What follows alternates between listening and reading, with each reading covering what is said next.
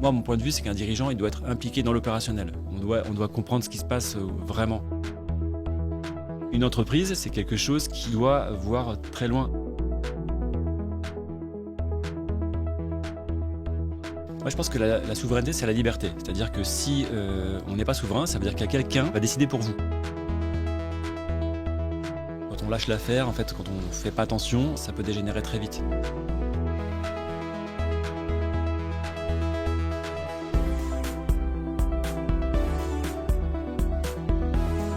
Bienvenue dans Coulisses de CEO, le podcast qui met à nu les dirigeants. Je suis Arnaud Naudan et dans chaque épisode, avec mes invités, on décrypte les challenges des leaders d'aujourd'hui et de demain. Bonjour et bienvenue dans ce nouvel épisode de Coulisses de CEO. Aujourd'hui, j'ai le plaisir de recevoir un entrepreneur visionnaire, ingénieur de formation, passionné par les infrastructures numériques et pionnier de la fibre dédiée en France, Nicolas Aubé, fondateur et CEO de Céleste. Depuis plus de 20 ans, il construit à contre-courant des géants du secteur un opérateur alternatif qui mise sur la souveraineté, la performance et l'innovation responsable. Son obsession, offrir aux entreprises françaises une connectivité très haut débit, un cloud de confiance et des infrastructures respectueuses de l'environnement. Avec lui, on va parler fibre optique, cloud souverain, des data centers écologiques, mais aussi prise de risque, croissance et résilience entrepreneuriale dans un secteur en perpétuelle mutation. Je suis très heureux de le recevoir. Bonjour Nicolas. Bonjour Arnaud. Je commence toujours par le début. Est-ce que tu peux nous dire d'où tu viens, dans quel environnement tu as grandi ? Oui, alors je suis né dans le sud, mais bon, j'ai pas l'accent du sud parce que je suis pas resté longtemps dans le sud, à Orange. Les parents entrepreneurs Non, pas du tout. Mon père est resté toute sa carrière chez Saint-Gobain, une entreprise magnifique dans l'industrie. Ma mère est psychologue et donc j'ai pas du tout d'entrepreneur dans ma famille. Et d'ailleurs, quand j'ai créé ma boîte, ils m'ont regardé un peu bizarrement en disant mais ouais, c'est étrange quand même comme choix. Qu'est-ce que tu fais Qu'est-ce que tu fais Surtout que, j'allais dire, je pense que tu étais plutôt bon élève. Tu as un parcours académique que je qualifierais d'exception, donc XMIN. XPON. XPON, pardon. L'école polytechnique, c'est vrai que j'ai eu la chance d'intégrer cette magnifique école et de faire des sciences à très haut niveau, de côtoyer des gens qui sont devenus après des chercheurs très, très pointus dans leur domaine. Et puis, bon, c'est pareil, j'ai fait Polytechnique donc, dans les années 90. Et donc, c'est vrai qu'il n'y avait pas beaucoup d'entrepreneurs non plus à cette époque-là. Mais de manière générale en France et dans les grandes écoles en particulier. Aujourd'hui, c'est plus la mode, mais c'est vrai que j'ai dû un peu le faire à contre-courant, c'est vrai. Pourquoi déjà un parcours comme celui-là, enfin déjà une certaine vision en tant qu'étudiant, ou je dirais entre guillemets très bon élève à l'école, et donc un parcours, et puis ensuite tu aurais vu ce que tu voulais faire, tu avais déjà une vision de ce que tu voulais faire ? Je crois que c'est une question de caractère en fait, c'est vrai que j'aime prendre des initiatives, innover, prendre des risques et faire des choses moi-même. J'aime pas trop non plus recevoir des directives, des consignes. Ouais. Je suis très indépendant, donc je pense que c'est une question de caractère. Pourquoi tu choisis ce secteur ? Alors, au départ, j'étais pas du tout dans ce chemin-là. J'ai commencé ma vie professionnelle en Argentine, chez Aguas Argentinas, c'est le réseau d'eau de Buenos Aires. Donc, j'ai découvert les réseaux. Les réseaux, c'est quelque chose de magnifique parce qu'en fait, Là, en l'occurrence, ce qu'on faisait, c'est qu'on donnait de l'eau aux gens. C'est ce qui permet d'être dans un territoire et d'être connecté aux autres, finalement. Et donc, par les réseaux d'eau, j'ai découvert aussi les télécoms.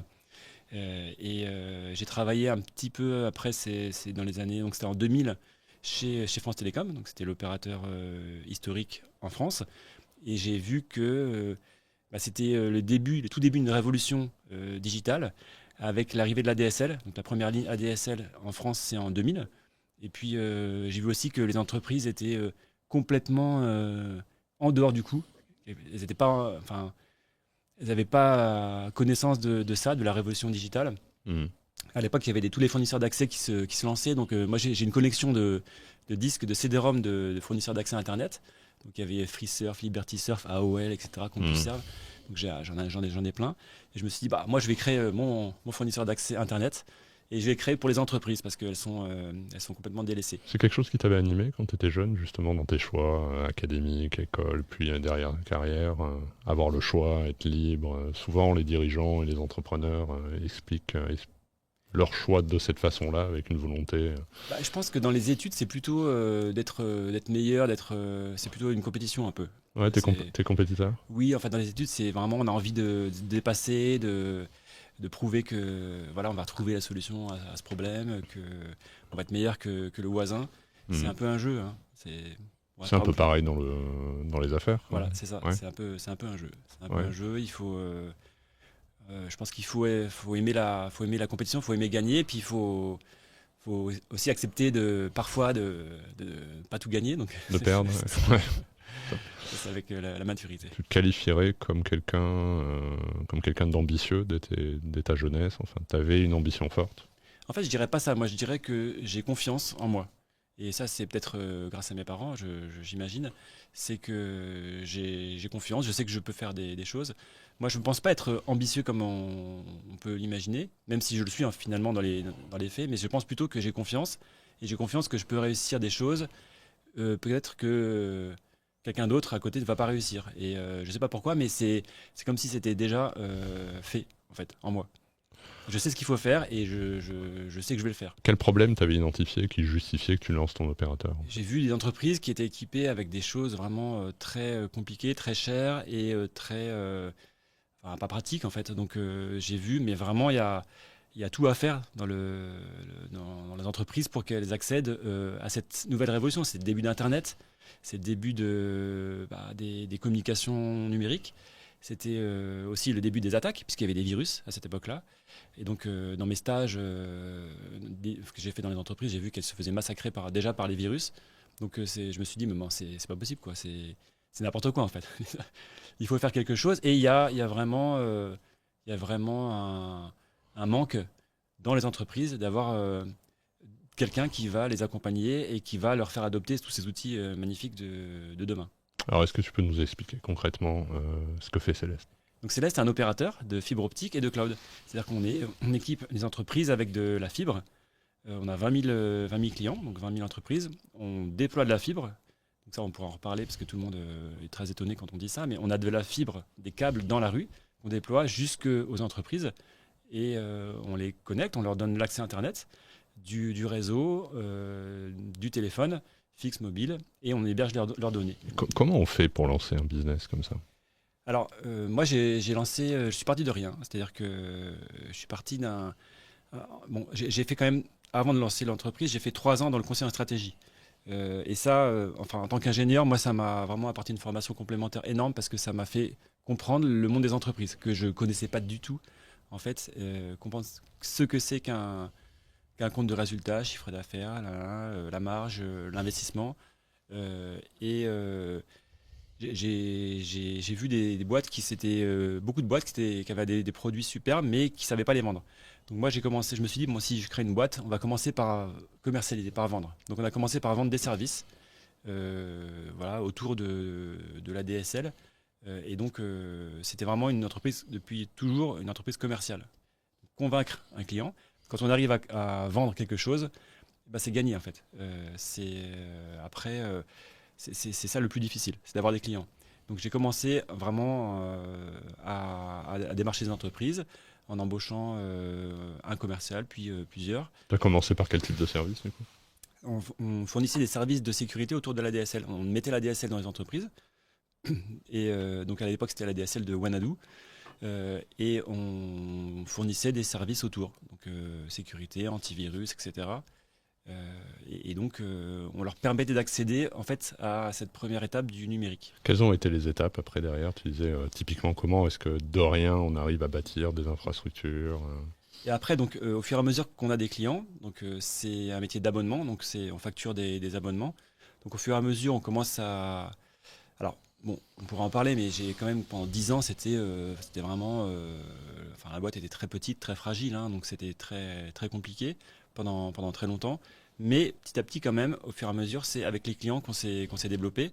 C'est pas une start-up en fait, j'ai pas levé des fonds, j'ai même pas eu accès aux banques. T'as pas connu, oui, la capacité à lever des fonds avec un PowerPoint, tout l'accès au financement qu'il peut y avoir aujourd'hui. Non, et même je voulais pas parce que Ouais.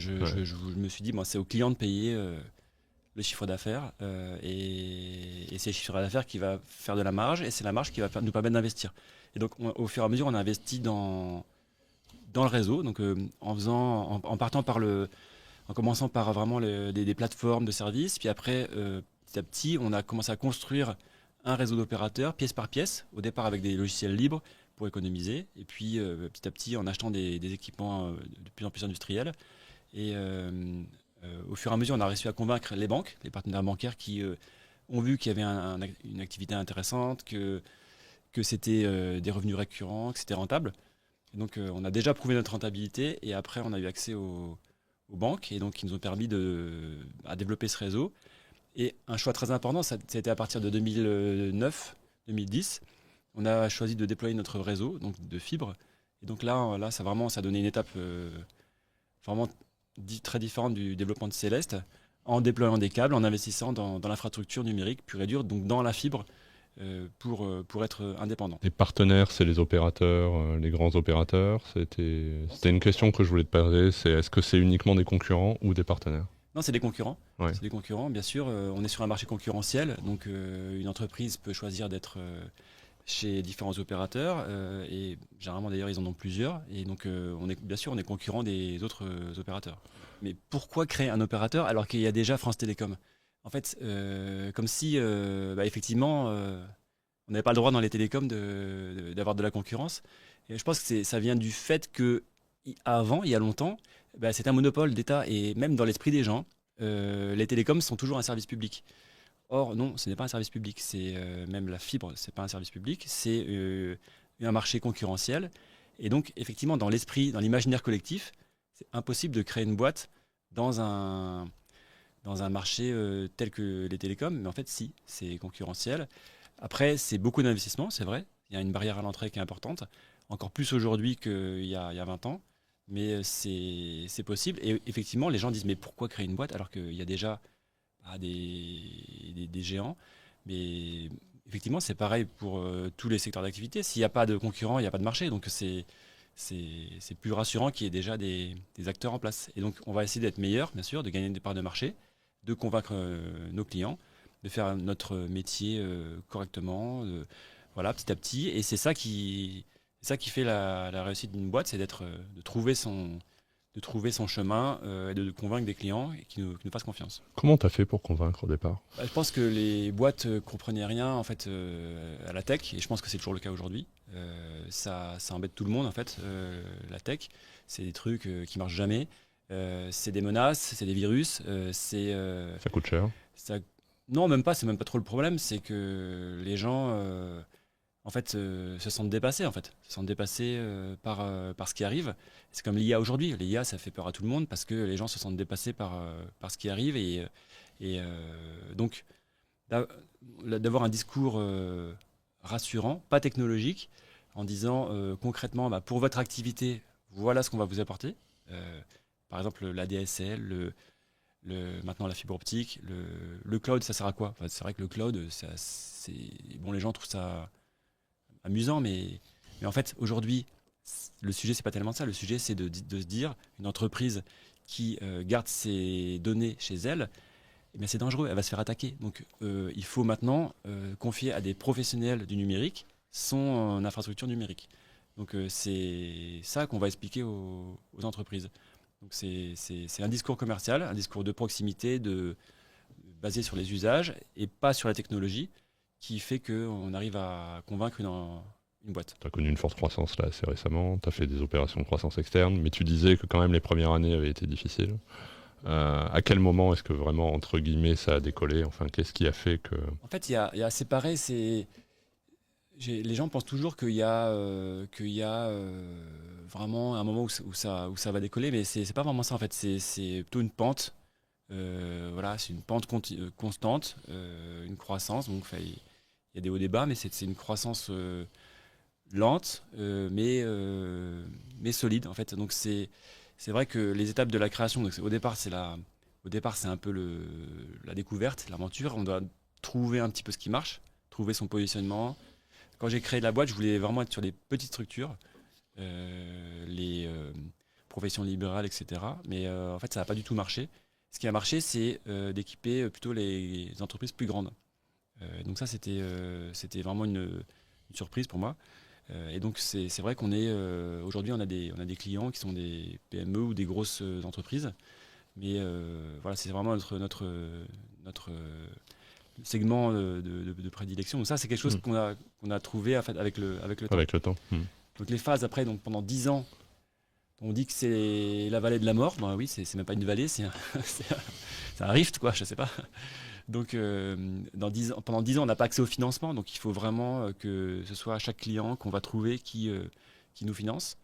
Et puis, mais quand même, le chiffre d'affaires monte, et puis voilà, on a connu une croissance continue. Il n'y a pas vraiment de moment où ça a décollé. Je dirais ce qui a été vraiment un tournant dans l'entreprise, c'est d'investir. Je pense qu'il faut investir dans son domaine.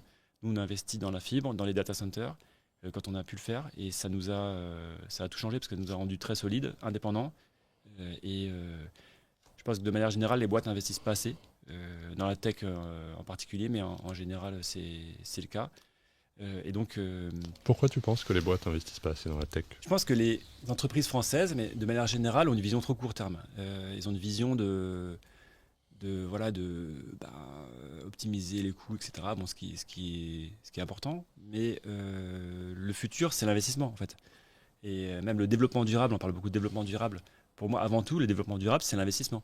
Si une boîte n'investit pas, c'est pas durable. Donc, on peut être 3 ans, 4 ans sur le marché, 10 ans, mais si on veut être 50 ans sur le marché, en fait, le réseau de fibres, il va durer au moins 50 ans. Donc là, ce qu'on a fait, l'investissement qu'on a fait, c'est un investissement de 50 ans. Et donc, je me moque aussi de mes grands-parents. Mes grands-parents, ils avaient acheté une forêt et ils investissaient planter des arbres. Et ça met 80 ans à pousser un arbre. Donc c'est un investissement à long terme. Donc la fibre, c'est pareil, c'est un investissement de long terme. Et je pense que les entreprises voient trop court, en fait. On a besoin de faire de la R&D, on a besoin de comprendre les métiers de demain. Les métiers de demain, c'est l'ordinateur quantique qui va déchiffrer tout ce qu'on chiffre là. Qu'est-ce qui va se passer, en fait? C'est les data centers demain, probablement ça n'existera plus parce que les données, enfin garder des données dans des machines qu'on garde allumées quelque part, c'est absurde. C'est absurde. Un jour, on aura des moyens de garder des données sans avoir des équipements qui consomment de l'énergie. Donc probablement les data centers je sais pas, dans 50 ans, dans 100 ans, ça n'existera plus. En fait, c'est une révolution numérique. C'est vrai que tout a changé en 20 ans. Même en 50 ans, tout a complètement changé. Quand on est né, il n'y avait pas de téléphone portable, hein, il n'y avait pas de... Enfin, faut se rappeler, il n'y avait pas Internet, il n'y avait pas les réseaux, etc. Bon, est-ce qu'on était plus heureux ou moins heureux, je ne sais pas. Mais en tout cas... Mais ça va vite. En tout cas, ça change beaucoup. Et donc... ça va encore changer. Donc on en est qu'au début. On voit très bien que la révolution de la communication de manière générale, ça, c'est pas seulement technologique, c'est une révolution humaine. C'est une révolution de la façon de travailler, la façon de se comporter. Et donc ça change même les gens finalement. Donc c'est ça qui angoisse tout le monde.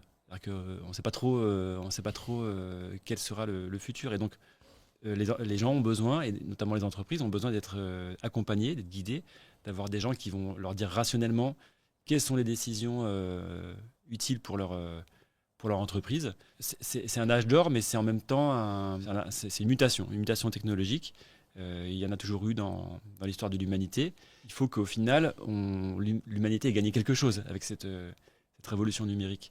Donc c'est très important de voir très loin et d'essayer de comprendre les conséquences de cette révolution numérique. Si on pense court terme, ça va pas marcher, en fait. Qu'est-ce que tu dis à éventuellement tes clients ou dans ton écosystème? Comment est-ce qu'on se projette long terme alors que potentiellement les ruptures technologiques arrivent à une fréquence qui est beaucoup plus élevée? Moi, je pense qu'effectivement, les gens se plaignent tout le temps. Bon, il faut aussi se prendre en main. Les entreprises françaises doivent se prendre en main. On se plaint des Américains parce qu'ils sont meilleurs. On n'a qu'à être meilleurs qu'eux, c'est tout. Enfin, je veux dire, c'est à nous de travailler, c'est à nous d'inventer les choses de demain.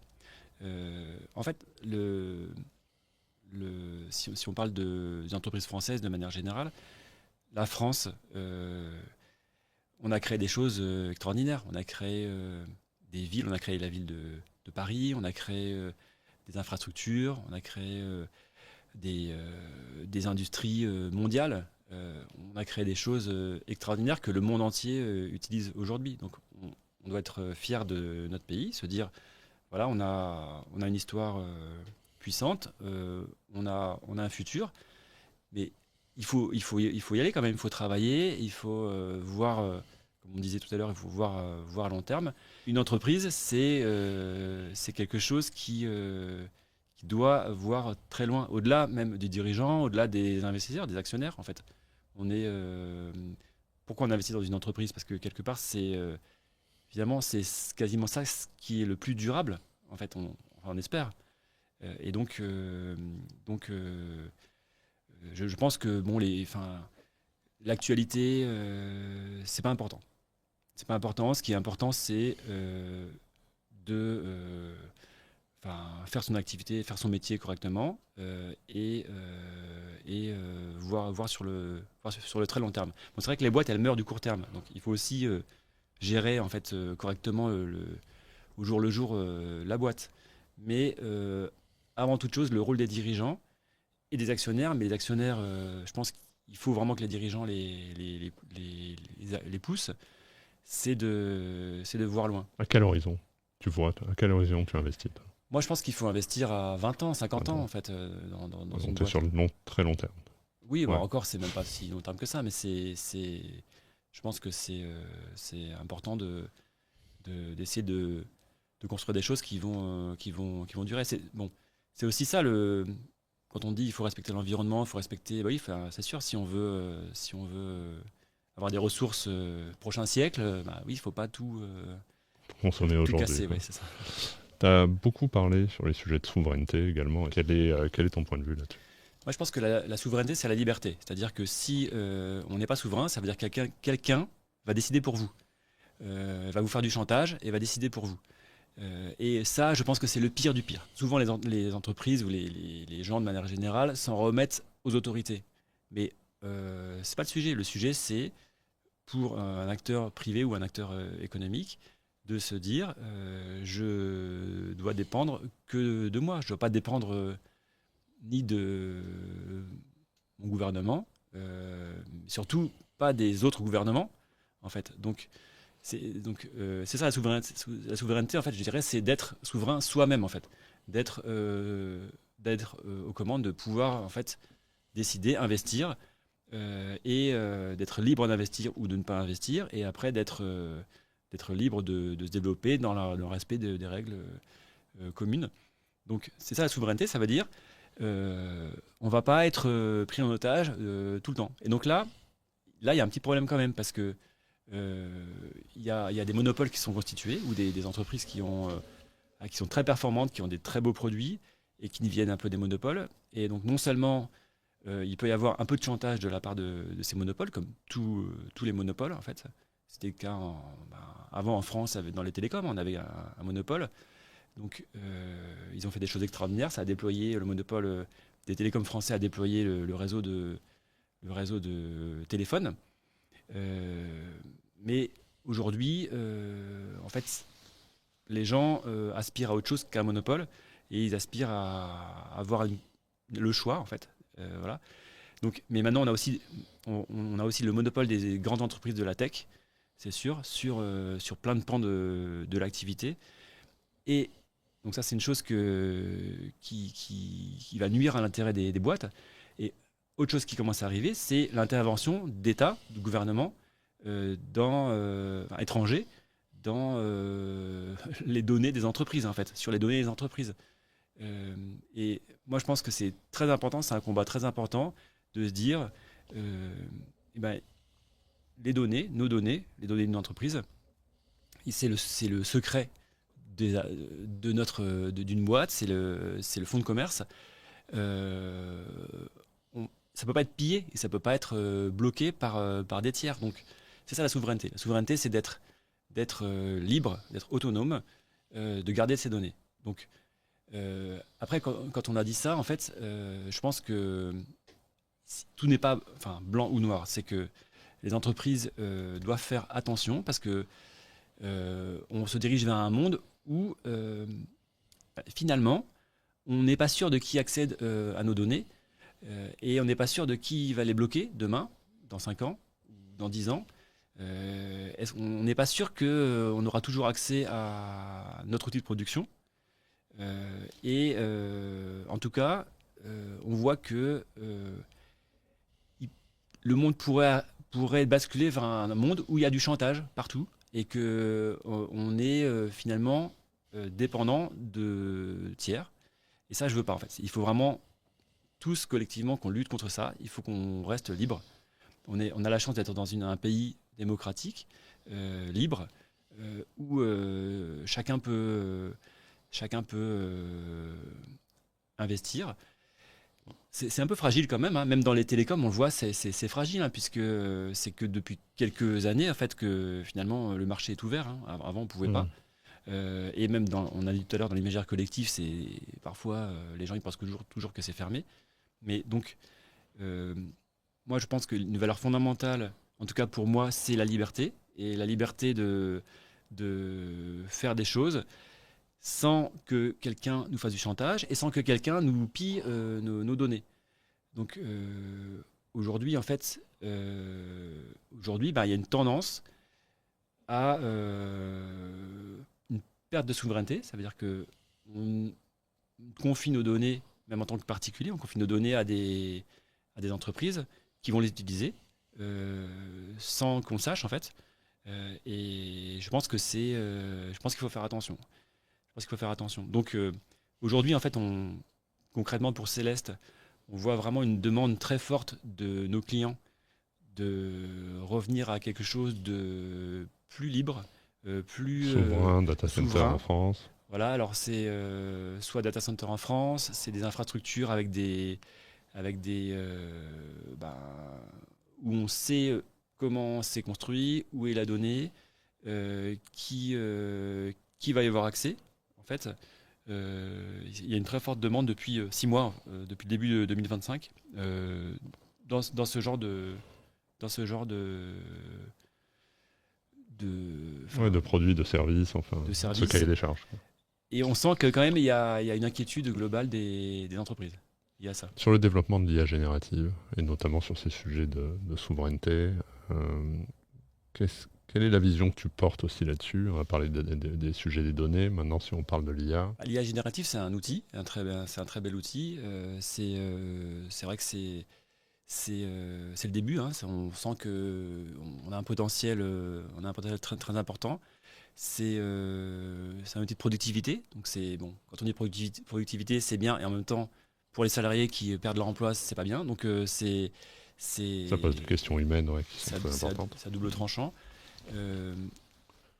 Si on regarde l'histoire, on voit que la question qu'on va se dire, c'est est-ce que l'IA générative va nous remplacer? C'est est-ce que les machines vont dominer le monde demain? C'est ça la grande question. Moi, je pense que chaque révolution technologique apporte des solutions et change la profession de certaines personnes et même de beaucoup de monde, mais que la créativité humaine,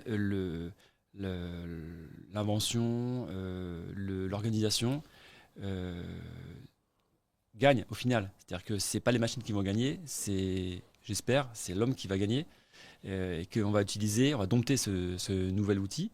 Je pense que ça sert à rien de se dire on va tout arrêter, etc. Non, il faut utiliser cet outil, il faut en profiter. Bien sûr, il faut qu'il y ait des champions français. Il y en a, il y en aura dans ce domaine. Parce qu'on est très fort en maths en France, donc l'IA, c'est quand même beaucoup des maths. Donc, moi, je ne suis pas très inquiet sur la place de la France dans l'IA. Je pense que on aura une place tout à fait aux avant-postes. Mais il faut qu'au final, ça serve dans le développement des entreprises et qu'on soit qu'elle soit pas perdante de cette aventure. Certains, j'entends des gens, notamment dans mon secteur, dans le consulting, dire mais finalement tous les sujets de transformation digitale des entreprises, c'est déployé, c'est dans la tête de tous les dirigeants. Et effectivement, il y a l'IA qui va apporter une nouvelle transformation et donc de nouveaux services, mais globalement, la transformation digitale des entreprises est faite. Qu'est-ce que tu en penses de ça? Moi, je pense qu'on en est au niveau zéro. Je pense qu'aujourd'hui, on a encore beaucoup de choses complètement inutiles dans les entreprises, enfin même chez Céleste. Hein. Donc on a, si on prend par exemple la compta, donc bon, on est encore en train de, je sais pas, on émet plein de factures, on reçoit plein de factures, on est encore en train de comptabiliser à la main tous les trucs. D'imprimer les documents, de comptabiliser, nanana. C'est comme le milieu bancaire, je suis désolé, mais on envoie un virement bancaire à un RIB. En fait, on ne sait pas qui on envoie. On envoie une bouteille à la mer, bah, si on s'est gouré dans les chiffres du RIB, ça part à Tombouctou, enfin, on n'en sait rien. Donc Alors que dans les cryptos, par exemple, on sait très bien qui envoie, qui reçoit l'argent. Donc je pense que aujourd'hui, on en est à l'étape zéro dans les services financiers, dans les services bancaires, mais pas que, hein, aussi dans les services clients, les call centers, mais qu'est-ce qu'on va encore appeler des gens alors qu'on pourrait tout faire en ligne en fait. Donc voilà, c'est le cas dans plein de domaines. D'industries, plein de domaines. Ouais. On est vraiment au tout début, mais c'est pas une question de la France ou pas la France, hein, c'est pareil partout. Hein. Je veux dire, faut pas croire que dans les autres pays c'est mieux. Hein. Donc je pense que il y a des outils. Aujourd'hui, ils sont rudimentaires. Désolé, hein, tout ça c'est rudimentaire. Les logiciels, compta, enfin même l'IA, je pense que nos enfants, ils vont rigoler dans 20 ans, dans 30 ans, quand ils verront ce qu'on utilise aujourd'hui. Donc, c'est très rudimentaire et c'est pour ça aussi que c'est vulnérable. Les entreprises se font massacrer par des cyberattaques parce qu'elles ne sont pas protégées, elles font n'importe quoi. On a encore des entreprises ou des administrations qui ont leurs serveurs chez eux avec des trucs complètement préhistoriques. Donc c'est ça qui fait qu'il y a des cyberattaques. C'est pas parce qu'il y a des méchants de pays étrangers qui veulent nous attaquer, c'est juste qu'on a ouvert les fenêtres et les portes de notre maison, donc on a des gens qui rentrent. Bah oui, il faut fermer les portes et les fenêtres. Tu as dit que tu avais eu quand même 10 ans qui ont été complexes, l'accès au financement. Il y a eu des moments où tu t'es dit j'arrête, ras-le-bol. Alors, c'est trop long, non, c'est trop compliqué. Il y a eu des moments où j'ai failli, au début en fait, il y a eu des moments où j'ai failli devoir arrêter, mais c'est pas parce que je voulais, c'est parce que c'est la trésorerie en fait qui décide au bout d'un moment. Donc c'est la trésorerie qui arrête les entreprises. Donc il y a des moments où c'est tendu et c'est justement quand c'est tendu que la boîte est bien gérée. Donc finalement c'est bon, mais c'est vrai qu'on aurait pu plusieurs fois mettre la clé sous la porte, et c'est pas parce qu'on était mauvais, en fait, c'est parce que une entreprise, au départ, c'est fragile, on est sur le fil du rasoir, donc il faut trouver quand même les bons partenaires, il ne faut pas être tout seul. Hein. Il faut trouver des partenaires qui nous apportent des clients, des partenaires bancaires. C'est vrai que on se plaint souvent en France, mais nous, la banque d'État, qui s'appelait Oseo, maintenant qui s'appelle BPI France, en fait, heureusement qu'ils sont là, parce qu'au départ, on n'est pas aidé par les banques. Donc, il n'y a que la banque souveraine qui aide les entreprises. Et c'est le cas dans plein de pays. Donc, finalement, on est quand même soutenu par le pays. Donc, c'est vrai qu'on est très fragile et il faut qu'on s'appuie sur des gens avec qui on va pouvoir faire du travail ensemble, des financiers, des gens qui nous apportent des clients, etc., des partenariats. Le dirigeant souvent est un peu seul, donc faut vraiment aller vers les autres, forcer à aller vers les autres pour nouer des partenariats, c'est très important. Comment tu gères la solitude du dirigeant ? Alors, je dirais que je pense qu'il ne faut pas confondre la solitude et la prise de responsabilité. C'est vrai que le dirigeant, c'est à lui de prendre ses responsabilités. Quand on dit prendre ses responsabilités, ça veut dire qu'il ne faut pas faire semblant de ne pas être dirigeant. Et parfois dans les startups, on voit que c'est le cas. Il faut assumer ce rôle et prendre des décisions au final, entre guillemets, seul, même si c'est pas le cas, on est accompagné, mais ça doit être quand même une décision. C'est pour une boîte, ne pas prendre de décision, c'est ce qu'il y a c'est ce qu'il y a de pire. Donc il faut qu'il y ait une gouvernance, il faut qu'il y ait une façon de prendre des décisions, il faut qu'elles soient prises. Euh, et, euh, et donc ça, c'est un peu ce qu'on peut dire la solitude du dirigeant. Mais il faut surtout se forcer à aller vers les autres, à rencontrer des clients, à rencontrer des gens qui font autre chose. Parce que d'un coup, parfois, au détour d'une conversation, on voit un peu quelque chose qu'on n'avait pas vu. Et ça peut tout changer dans la boîte, en fait. C'est des rencontres ou des intuitions, des échanges qui font que on peut tout changer dans la boîte. Tu vois, tu parlais de la fragilité, fragilité des entreprises au début. C'est clair qu'il ne faut pas se relâcher, hein. C'est sûr que quand on lâche quand on lâche l'affaire, en fait, quand on fait pas attention, oui, ça peut dégénérer très vite. Donc, il faut pas se relâcher. On doit, Est-ce que c'est du stress? Je sais pas. En tout cas, il faut faire attention. Et moi, mon point de vue, c'est qu'un dirigeant, il doit être impliqué dans l'opérationnel. On peut pas être regarder ça de très loin. On doit comprendre ce qui se passe vraiment. Enfin, en tout cas, moi, c'est important pour moi. Euh, j'ai des gens sur qui je m'appuie. On a un comité de direction qui font un travail extraordinaire. Ils sont tous champions dans leur domaine. C'est peut-être les meilleurs du monde dans leur domaine, je ne sais pas. Mais pour autant, moi, je veux comprendre ce qui se passe. C'est très important. Et il faut pas lâcher l'affaire. Il faut toujours être inquiet ou en tout cas, quelque part, il faut avoir un petit soupçon de voilà, de parano ou de se dire mais voilà, est-ce que ça peut arriver? Non, non, non, faut tout prévoir, c'est vrai. On peut pas être tranquille en se disant Tu peux jamais dormir trop tranquille, quoi, en fait. Tu vois, moi je dors bien, j'ai la chance de bien dormir, mais il faut être vigilant, quoi. Faut être vigilant, c'est comme j'imagine dans un gouvernement, oui, il peut toujours arriver des catastrophes, donc faut être vigilant et c'est peut-être ça le stress. Donc, je pense que c'est un stress qui est utile parce que si aucun salarié, aucun client va avoir un patron d'entreprise endormi, quoi. Tu t'es fixé une ambition finale ou une limite dans l'aventure Céleste pour toi? Je pense que c'est la même entreprise, mais c'est pas la même aventure. Il y a des différentes aventures. Il y a l'aventure de la création, l'aventure de prouver que ça marche, l'aventure de lever des fonds à la fin, après, de l'aventure de recruter. Voilà. Maintenant, on a eu une aventure pendant 5 ans. On a fait de la croissance externe. On a acheté 10 entreprises. Ça, c'était une nouvelle aventure. Et je pense que pour Céleste, on a maintenant une nouvelle aventure qui nous attend, qui est de devenir les leaders du marché B2B. Donc on doit faire une grande marche d'escalier. On fait 140 millions d'euros de chiffre d'affaires. Donc on est passé de 0 à 140 en 20 ans, mais en 5 ans, de 28 millions à 140 millions. Donc c'était une forte croissance.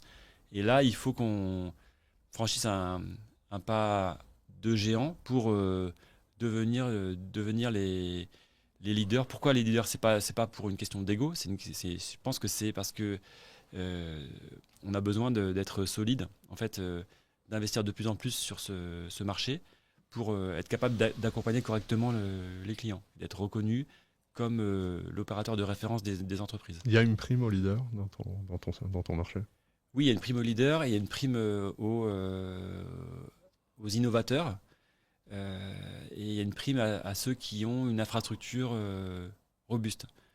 Donc on fait face à des géants, on peut pas avoir une infrastructure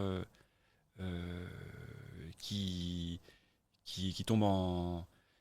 Même les leaders ont des pannes, on voit, ça arrive, donc il faut qu'on ait une infrastructure très robuste. C'est très important. Et donc être leader, ou en tout cas être un des leaders de son secteur, c'est